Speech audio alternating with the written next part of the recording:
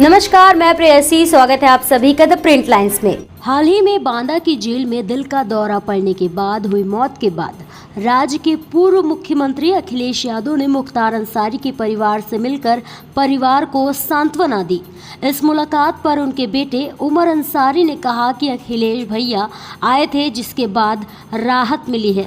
माननीय राष्ट्रीय अध्यक्ष जी अखिलेश भी आए थे और बहुत हिम्मत बढ़ाया, हमारी साहस बढ़ाया। अब्बास भैया नहीं थे, मेरी माता जी नहीं है, मैं अकेला था, दोनों बाबा, परिवार पूरा एक साथ है, लेकिन माता जी की कमी और भाई की कमी कहीं ना कहीं थी। भैया ने आके बहुत हौसला दिया, बहुत हिम्मत दिया है और यकीनन उसका प्रभाव हम लोगों के सीनों पर पड़ा है। और जितने भी, क्योंकि मैं अकेला सिर्फ उनका पुत्र हूँ, ये तो मुझसे रिश्ता है, लेकिन लाखों करोड़ों लोग जो मेरे पिता जनाब मुख्तार अंसारी साहब को अपना रहनुमा समझते थे, मसीहा समझते थे, जो गरीब थे, उनका भी हौसला माननीय राष्ट्रीय अध्यक्ष जी ने बढ़ाया है और उनको भी हिम्मत और साहस देने का काम किया है। और हम इसका प्रभाव हम सबके सीनों पर, हम सबके दिल पर पड़ा है। निश्चित तौर पे ये मुश्किल की घड़ी है, लेकिन आगे का रास्ता आप किस तरीके से देखते हैं? क्योंकि जो यूपी गवर्नमेंट है वो लगातार एक तरीके से हमलावर बनी हुई है। खुद सीएम योगी आदित्यनाथ इस तरीके के बयान दे रहे हैं कि जो भी इस तरीके का कानून व्यवस्था में बाधक बनेगा उसका राम नाम सत्य कराया जाएगा। तो इनकी पूरी जो बयान है उसको किस तरीके से आप देखते हैं? देखिए, हम तो ये कहेंगे कि जो उनकी गोद में है, जो उनके अपने हैं, चाहे सौजाती गुंडे हों, चाहे माफिया ब्रजेश सिंह हो, चाहे माफिया त्रिभुवन सिंह हो, चाहे और भी, उन पर कोई कार्रवाई नहीं होगी। उनकी गाड़ी की तलाशी भी नहीं ले सकता है कोई।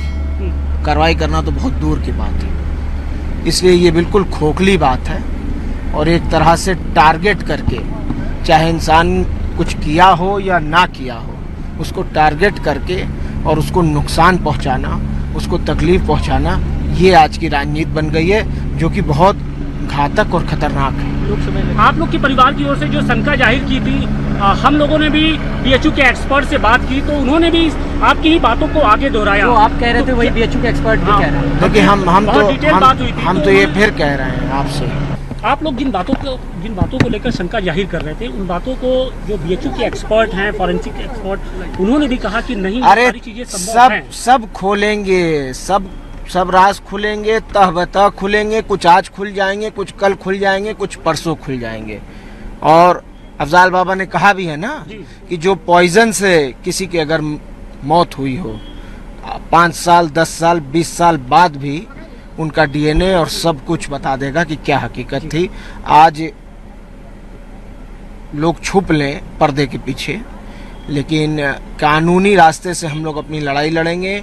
माननीय न्यायपालिकाओं पर यकीन है और हमें ये भी यकीन है कि आज नहीं कल सच खुलेगा। योगी जी से कोई अपील करना चाहेंगे आप? कुछ या कोई बात कहना चाहेंगे? कुछ नहीं। अपनी बात, जो अपने दिल की बात हो, मन की बात हो, वो केंद्र सरकार तक, राज्य सरकार तक अगर पहुंचाना चाहते हो, उनसे डायरेक्ट? कुछ नहीं। उम्मीद नहीं है? कुछ भी नहीं बोलूंगा। इलेक्शन को लेके किस तरीके की नहीं, क्या इलेक्शन तो हो रहा है। इलेक्शन तो अफजाल बाबा समाजवादी पार्टी के कैंडिडेट हैं, लड़ रहे हैं, और क्या, और उसमें क्या बोलना। इलेक्शन ये तो कह रही कि मुस्लिम वोट, मुख्तार अंसारी के सहारे मुस्लिम वोट, ये तमाम तरह की बातें कही ये कैसेट आप लोग बजाइए। अब उनके जबान में हड्डी नहीं होती, कोई कुछ कहे, लेकिन उनके जनाजे ने ये साबित कर दिया कि वो रहनुमा, गरीब, मजलूम, बेसहारा के दिलों में मसीहा थे।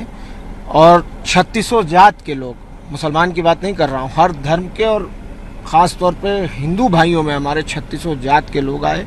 और आज भी 90% लोग, 10% हमारी कम्युनिटी के लोग हैं, 90% गरीब जनता वहाँ जा रही है रोज़। आप मज़ार पे जाके देखिए ना क्या हाल हो रहा है। 2-2, 3-3 बार मिट्टी हटवाना पड़ रहा है हमको, डर से कि कहीं ज़्यादा लोड होने की वजह से पटरे पे ना नुकसान हो जाए। एक अंतिम क्वेश्चन, क्या आपकी माताजी कानून का सामना करेंगी कब? वो जुडिशियल कस्टडी में है। मेरी उनके लॉयर से भी बात हुई थी, गोपाल चतुर्वेदी साहब, इलाहाबाद हाई कोर्ट के, और उन्होंने जुडिशियल रेमेडी सीख कर रखी है।